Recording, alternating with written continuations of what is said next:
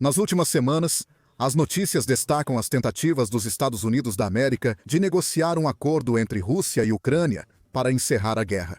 Após o vazamento do plano de paz, de 28 pontos de Donald Trump, houve intensa atividade diplomática. Reuniões entre autoridades de várias nações ocorreram em Miami, Abu Dhabi, Genebra, Moscou e Bruxelas.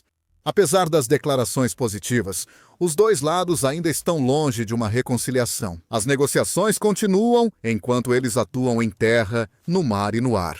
A guerra continua intensa nos últimos dias. Enquanto a Rússia aumenta a pressão em terra, a Ucrânia intensificou seus ataques de longo alcance contra a energia, infraestrutura e alvos militares de alto valor russos. Foram divulgadas imagens de um ataque bem-sucedido a componentes caros da defesa aérea da Rússia. Um lançador S-305 e 2 radares Niobe S-5. Desativar as defesas aéreas russas é um aspecto crucial, porém subestimado, da guerra aérea entre Ucrânia e Rússia. Vamos analisar como a Ucrânia transforma sistematicamente as camadas dessas defesas em algo semelhante a uma fatia de queijo emmental maduro. Em 2 de dezembro, a Diretoria de Inteligência de Defesa da Ucrânia, divulgou imagens que mostrariam a destruição de um lançador russo S-305 e 2 estações de radar Niobe S-5 em um ataque noturno com drones no Donbas. Segundo a Diretoria de Inteligência de Defesa da Ucrânia, o ataque ocorreu em 5 e 9 de novembro. Os ataques coordenados tiveram como alvo alguns dos componentes mais caros e estrategicamente importantes da rede de defesa aérea da Rússia. Como parte do esforço para limitar o controle aéreo da Rússia sobre áreas ocupadas, o ataque atingiu com sucesso um lançador de mísseis russo 9A-80 e 3 peça fundamental do sistema S-305, também chamado míssil superfície-ar. O lançador estava em serviço de combate durante o impacto, destacando o timing e a precisão da operação. Uma perda significativa para a Rússia, mas o prejuízo continuou. Além do lançador, drones ucranianos destruíram 2 estações de radar. Um L-125 Niobe SV. Quais são os equipamentos atingidos pelos drones do Diretoria de Inteligência de Defesa da Ucrânia e como isso afeta as defesas aéreas da Rússia? O S-305, chamado pela OTAN de Surface-to-Air 12 Gladiator ou Giant, não é o sistema de defesa aérea russo mais novo nem o mais caro. Uma bateria completa do S-305 custa dezenas ou mais de 100 milhões de dólares e segue como parte essencial da defesa russa. Enquanto o plano de atualizar para versões mais modernas, como S-400 e S-500 se prolonga, ele é uma das várias variantes da família S-300 sistemas de mísseis, superfície-ar de longo alcance, criados pela União Soviética e hoje fabricados pela Rússia. O sistema protege contra diversas ameaças aéreas, como aeronaves, mísseis de cruzeiro e balísticos. Embora as versões originais não sejam mais fabricadas, a Rússia mantém, moderniza e exporta seu estoque. Hoje, diante da Ucrânia, a Rússia usa principalmente S-300EVs para defender o espaço aéreo de drones e High Mobility Artillery Rocket System ucranianos. Storm Shadow, Scalp, Netuno, Flamingo e vários mísseis e híbridos com drones. Por ter longo alcance, costuma ficar na retaguarda das defesas aéreas em camadas da Rússia, enquanto os de menor alcance ficam perto da linha de frente.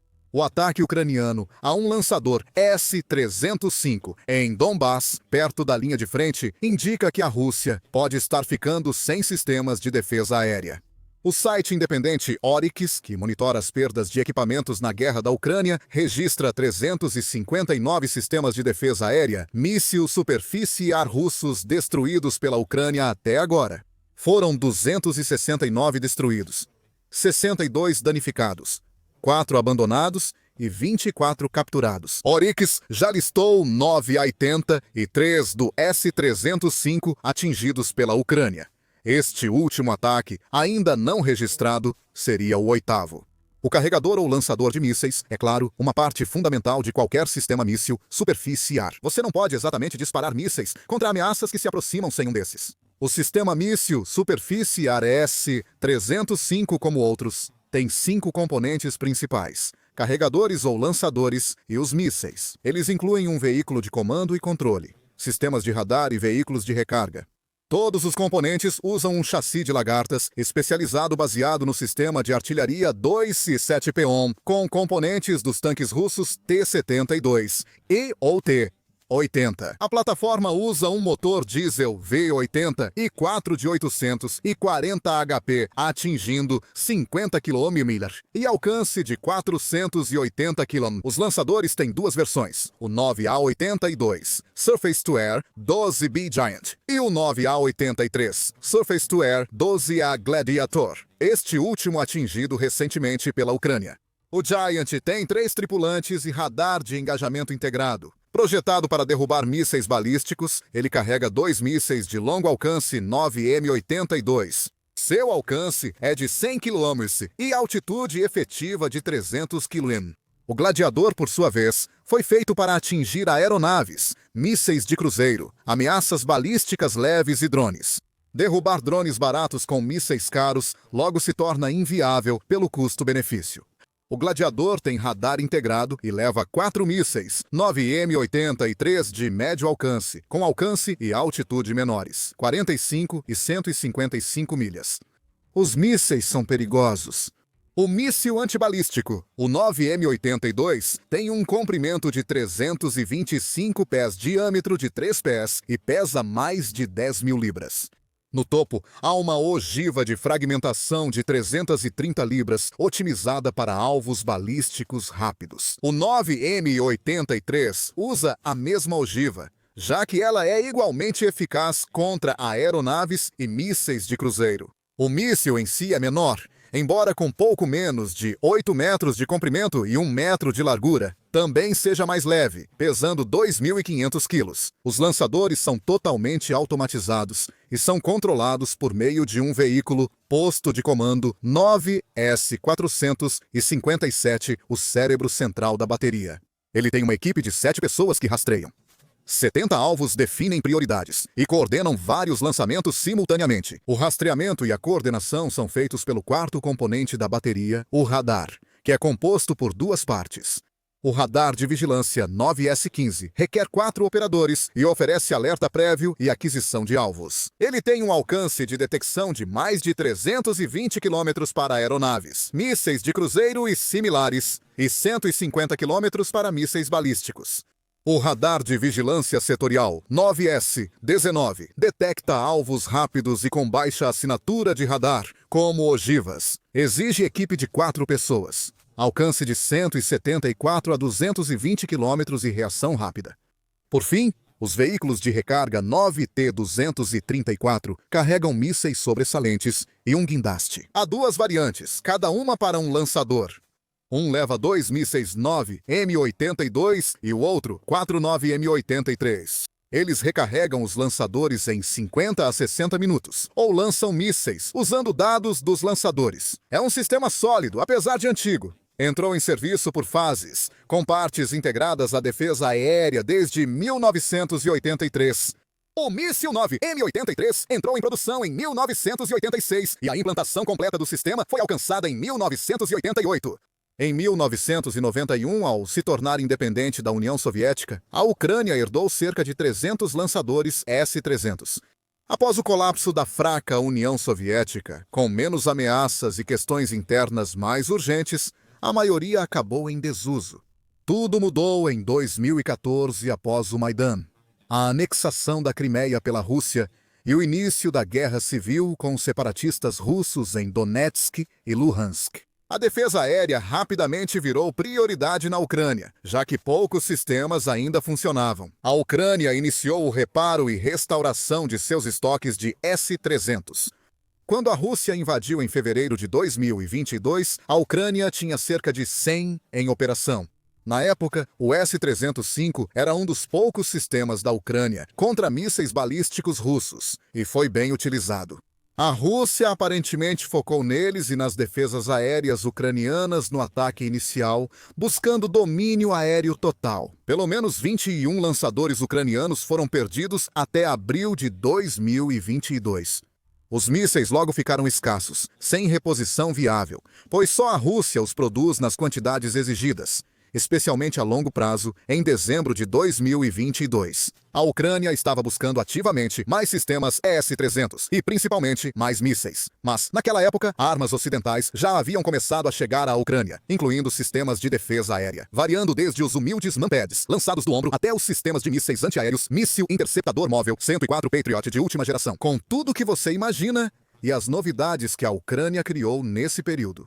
Hoje, não está claro quantos E-300Vs a Ucrânia ainda possui, mas devido ao estoque reduzido de mísseis e opções mais poderosas em seu arsenal, isso é improvável. Eles têm papel fundamental para a Rússia e, como mostra o último ataque, continuam exercendo essa função.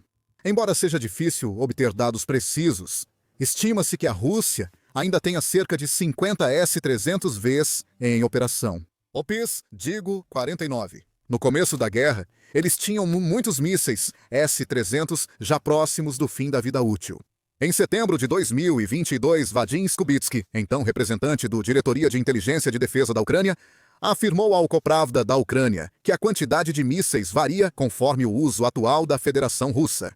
Calculamos que os S-300 são mísseis que estão armazenados há mais de 30 anos e a maioria deles há 35 a 40 anos. Na verdade, esse é um míssil que deveria ser descartado, mas eles estão sendo processados. Existem cerca de 7.000 deles. Ao invés de pagar pelo descarte, eles apenas jogam aqui. Se você calcular quanto eles usam, então eles terão mísseis suficientes para mais 3 anos, embora não esteja claro quantos mísseis ainda restam. Skibitsky foi otimista, pois os lançadores só são atingidos perto da linha de frente se ainda houver mísseis para lançar. Os S-305 ainda têm papel relevante na defesa aérea em camadas da Rússia. Sistema de defesa aérea sofisticado, multinível e integrado, criado para estabelecer zonas A2/AD difíceis de penetrar, por todo o seu vasto território e em regiões avançadas, como a Ucrânia ocupada. A estratégia se baseia em profundidade, redundância e áreas de engajamento sobrepostas para garantir cobertura contínua e resiliência, mesmo com degradação de uma camada. De forma simples, ela une sistemas de diferentes alcances em uma única arquitetura de comando e controle, ligando radares terrestres, aeronaves de alerta, guerra eletrônica e brigadas de defesa aérea. O nível mais alto oferece bolhas de defesa aérea que podem chegar a 800 km de diâmetro. Esse nível inclui sistemas de longo alcance como S-400 Triunfo, S-500, Prometeu e S-300VS da Rússia. A camada de alcance médio é formada principalmente pelo sistema S-350 VIT-AS, responsável por essa cobertura. Projetado para enfrentar drones, mísseis de cruzeiro e armas de longo alcance como JASM e Storm Shadow. Com alcance de 60 a 120 km e capacidade para 12 a 16 mísseis, prontos o S-350 atua como ponte entre interceptadores de longo alcance e sistemas de defesa pontual. Costuma ser usado com o 9K-37 Buk e variantes, oferecendo defesa móvel de médio alcance e maior cobertura de radar.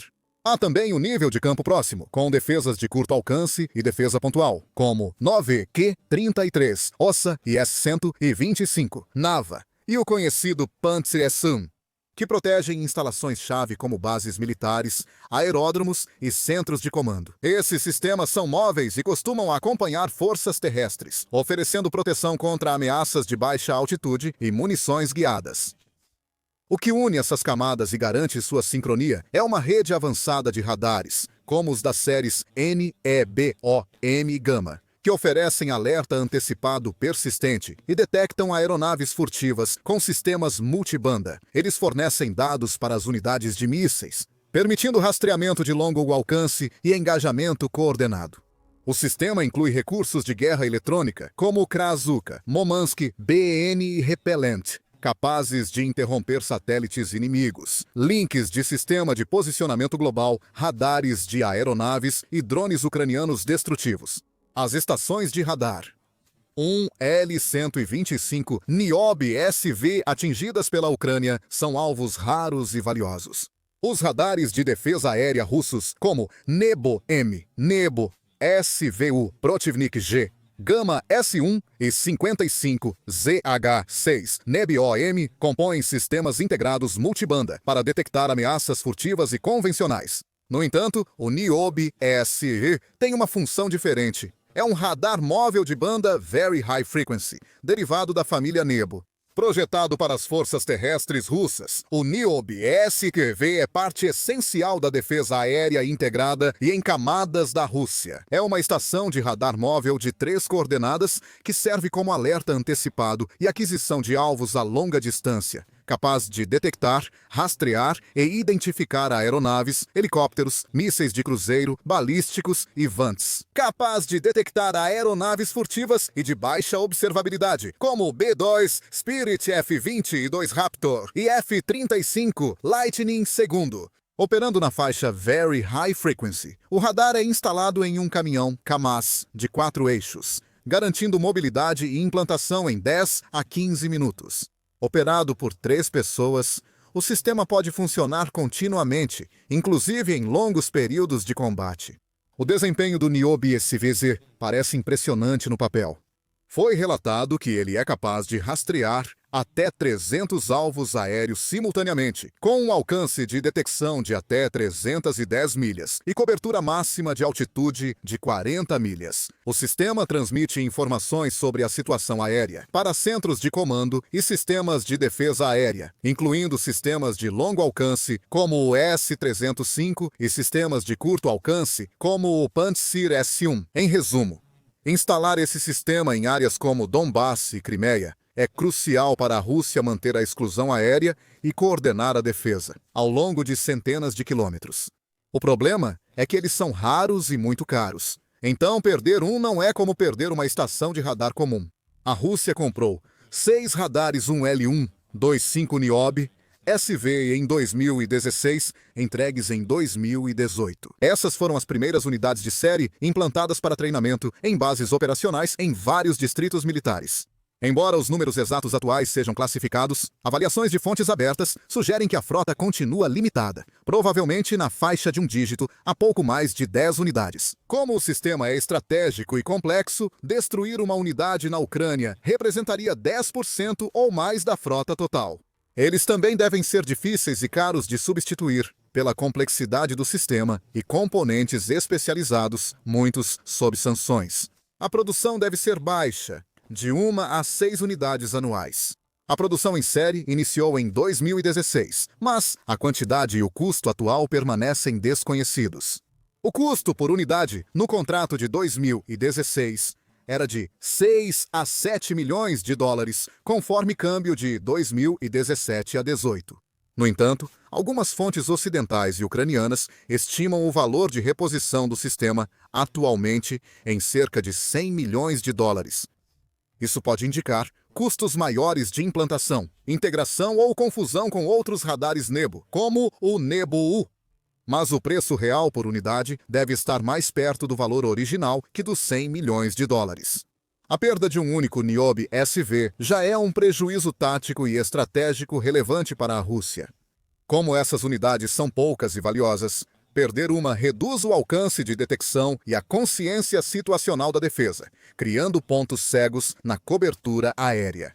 Isso obriga a usar radares antigos e menos eficazes, reduzindo a qualidade da cobertura e dificultando a coordenação entre radares e mísseis. Isso, por sua vez, desencadeia vulnerabilidades em cascata nos setores de defesa aérea. Se perder um Niobe, se veja dói, imagine perder 2. Segundo o anúncio discreto do Diretoria Principal de Inteligência, esses ataques diminuem muito a capacidade inimiga de controlar o espaço aéreo sobre Donbass e favorecem novas operações das forças de defesa da Ucrânia, atacando radares e lançadores. Simultaneamente, a inteligência ucraniana parece estar seguindo uma estratégia voltada para a erosão sistêmica, em vez da destruição isolada. A remoção tanto dos olhos quanto das mãos da rede de defesa aérea da Rússia enfraquece significativamente sua capacidade de responder a ataques inimigos, liberar os céus para a aviação russa e proteger centros logísticos ou de comando em áreas ocupadas. A Rússia já está tendo dificuldades para lidar com os ataques cada vez mais eficazes da Ucrânia, cada vez mais profundamente em sua retaguarda. Vamos analisar quanto esses ataques recentes enfraqueceram ainda mais a defesa da Rússia. E claro, vamos mantê-lo atualizado. Se ainda não fez isso, inscreva-se no canal para não perder nada. E obrigado por assistir.